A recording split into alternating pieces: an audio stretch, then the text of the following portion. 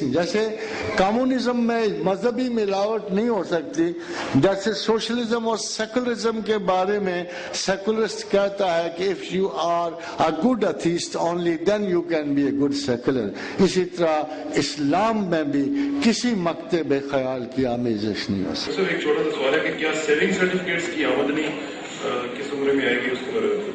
it looks meaningless، آپ ایک تو آپ کے پیسے ضائع نہیں ہوتے، دوسرے آپ حکومت کی مدد کر رہے ہوتے ہو، تیسرے کو اس کی ورچوئل ایکسپلائٹیشن نظر نہیں آتی، we can't call it the same way، اچھا پروفیسر صاحب، قادیانی حضرات کے بارے میں پوچھا گیا ہے کہ ان سے معاملات کس طرح کیے جائیں کیونکہ اندرون ملک اور بیرون ملک وہ خاصا رسوخ حاصل کر چکے ہیں؟ Well, I think you should say hey hi، بس اس سے زیادہ نہیں، سلام شاید نہیں آپ بھیج سکتے، ان پہ سلام ہے ہی کوئی نہیں، آپ کیا کرو گے بھائی؟ تو باقی آئی تھنک ان کے ساتھ ورچولی ہمارا کوئی مسئلہ نہ ہوتا، مگر جیسے اللہ کے نزدیک ہے کہ اللہ اپنے دوستوں کی اتنی شدت سے محبت اور قدر کرتا ہے، اور کہ اپنے بارے میں کوئی برا قول شاید میں نہیں مناتا، مگر اگر کسی اپنے دوست کے بارے میں اس کو چھوڑ دو گے تو پھر اس کو، جیسے جب لوگوں نے کہا کہ یہ تمام حج سنت ابراہیم ہے اور لوگ حج کے لیے جاتے ہیں تو صفا و مروہ پہ تو ابراہیم نہیں گئے، تو لوگوں نے پوچھا کہ اگر ہم صفا و مروہ نہ کریں تو کیا حرج ہے، تو فوراً جواب آیا کہ ان الصفا والمروہ من شعائر اللہ، کہ یہ بھی میرا حکم ہے، صفا و مروہ میں بھی میرے شاعر ہیں، اور خبردار یہ جرات مت کرنا کہ تم ان کو، یہ میرے دوست کی ہر چیز میری ہے۔ تو اسی طرح جب سب سے بڑے دوست آئے، سب سے پیارے اور محبت کرنے والے دوست آئے، جب اللہ کے نزدیک سب سے بڑی ہستی انسانی جو اس نے پیدا کی، جس سے انس اور محبت کی اعلیٰ ترین مثال تھی، اگر کوئی شخص بھی محمد رسول اللہ صلی اللہ علیہ وآلہ وسلم کی چادر رسالت پہ ہاتھ رکھے گا تو وہ خدا کے غضب کا ضرور شکار ہوگا۔ اور میرا خیال یہ ہے کہ اس لحاظ سے ہمیں بھی محتاط ہو جانا چاہیے کہ رسول اللہ کا جو برا منانے والا دشمن جو ہے وہ کبھی بھی فلاح نہیں پا سکتا، اور اس کا دوست ہونا بھی خدا سے دشمنی کرنے کے برابر ہے۔ ہاں، آپ اپنے طرز عمل میں جیسے ہندو سے آپ کا ہائی ہو سکتا ہے، شکر کرو انگریزوں نے بہت سارے لفظ بیچ میں نکال دیے، سلام ٹل گیا۔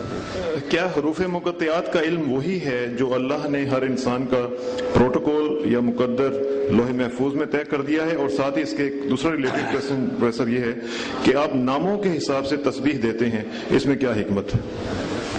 مجھے ناموں کا پتہ ہے نا بھائی، یہ اس لیے دیتا ہوں، میں آپ کے تو اس طرح کے تھوڑا بہت جو علم اللہ تعالیٰ نے مجھے عطا کیا، بخشا، اور میرا خیال یہ تھا کہ یہ، اب دیکھو نا، ایک آپ کو بات نہیں سمجھ لگی، میں نے سوچا، میں نے فکر کی جوانی میں نے کہا یار کیا مذاق ہے، اللہ میاں سے لڑا جھگڑا کیا کہ کیا مذاق ہے، الف لام میم الف لام میم پڑھتے چلو قیامت تک پڑھتے چلو۔ تو میں نے کہا یار وہ جو آپ کہتے ہو علم استعمال کرو، عقل استعمال کرو، غور و فکر کرو، تو میں یہاں خاک غور و فکر کروں؟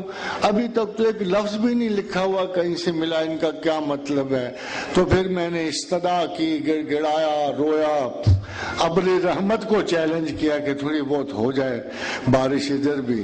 تو بہت منت سماجت کے بعد پروردگار عالم نے کچھ بڑے گہرے تعلیمی شعور کے جائزے سے کچھ کلو بخشے، اور اس کلو سے ہوتے ہوتے ایک باقاعدہ علم کی شاخ مرتب ہوگی، تھی بڑی امپورٹنٹ۔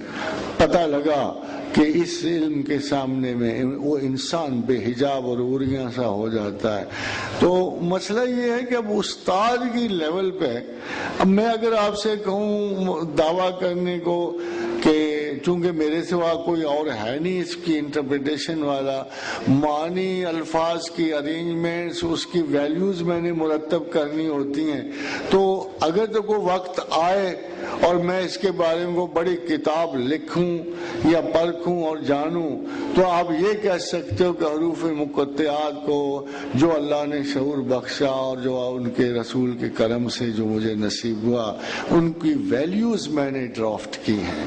اگر ایسا نہ ہوا تو میرے بعد پھر غائب ہو جائیں گے obvious. ویسے میرے کچھ دوست ہیں جو ایکسرسائز کریں جیسے سیدنا بلال کو تب قرآن میں عقل والوں کے لیے نشانیاں ہیں. What about people who are not educated اور لیسر ایجوکیٹڈ اور ان میں انٹلیکچوئل ایبلٹیز کم ہیں, ان کا کیا بنے گا؟ میں نے آپ سے کہا کہ ترجمہ کافی ہے. اگر آپ کو اچھا ترجمہ قرآن کا مل جائے, اور خدا کے لیے اصل میں پارٹیزن لوگوں نے بڑا بیڑا غرق کر دیا, وہابیوں نے علیحدہ کر دیا, بریلویوں نے علیحدہ کر دیا. Always go for a literal translation, جو لفظ کو لفظ میں ڈھالے. آپ کو کوئی ایکسپلینیٹری نہیں چاہیے ہوتے. تو یہ بڑی بدقسمتی کی بات ہے کہ ایک آدمی لکھ رہا ہے, ایک آیت کا ترجمہ لکھ رہا ہے کہ اللہ نے فرمایا کہ میرے نام پہ ذبح ہونے والا جانور ہے, تو لفظی ترجمہ آپ کو سمجھ آ جائے گا کہ اللہ نے کہا کہ میرے نام کے بغیر ذبح ہوا جانور حلال نہیں ہے. مگر جب ذرا آپ نیچے ترجمہ دیکھو تو موصوف نے ڈیشیں ڈال کے لکھا ہوا ہوتا ہے یہ بہت بڑا کفر ہے, شرک ہے جو لوگ پیروں کے نام پہ دیتے ہیں. یعنی خود ہی ایک مسئلہ کھڑا کر کے ایکسپلین کیا ہوا ہے. اب ان کو پوچھو بھائی یار تو قرآن کو قرآن تک رہنے دے, یہ آدمی جو پڑھ کے نکلے گا وہ فردر سٹڈی کرے گا تو سائڈ کے مسائل تک پہنچ جائے گا. تو ابھی تراجم قرآن میں یا تفاسیر میں یہ مسئلہ ہمیں بڑا درپیش ہے کہ کوئی honestly word to word translation نہیں ہے. ہمارے پاس جو اچھی ٹرانسلیشن شاہ رفیع الدین احمد کی ہے, اور پرسنلی میں تو اسی کو دیکھتا ہوں.